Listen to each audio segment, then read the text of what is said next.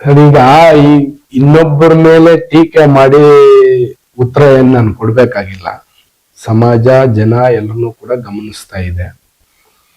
ನಮ್ಮ ಮನಸ್ಸಿಗೆ ಅವರು ಫೈರ್ ಬ್ರ್ಯಾಂಡ್.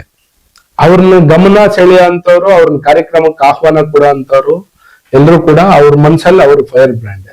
ಬೇರೆಯವರ ಟೀಕೆಗೆ ನಾನು ಉತ್ತರ ಕೊಡಲ್ಲ. ಸರ್, ಸದ್ಯ ಚಿಕ್ಕಬಳ್ಳಾಪುರದಲ್ಲಿ ಈಗಿನ ಆಡಳಿತಗಳು ಹೇಗಿದೆ? ಕರಪ್ಷನ್ ಇದೆಯಾ, ಕರಪ್ಷನ್ ಇಲ್ವಾ?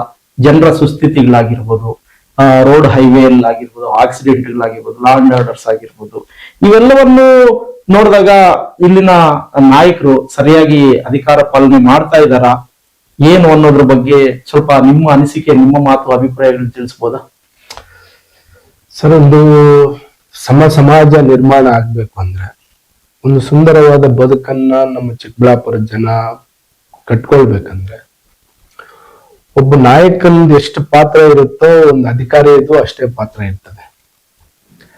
ಒಬ್ಬ ನಾಯಕ ಆತನ ತೋಚಿದ್ದನ್ನ ಅಧಿಕಾರಿಗೆ ಸೂಚನೆ ಕೊಟ್ಟಾಗ ಅಧಿಕಾರಿ ಆ ಕೆಲಸವನ್ನು ಮಾಡುವಂತ ಕಾರ್ಯಕ್ರಮ ಆಗ್ತಾ ಇತ್ತು.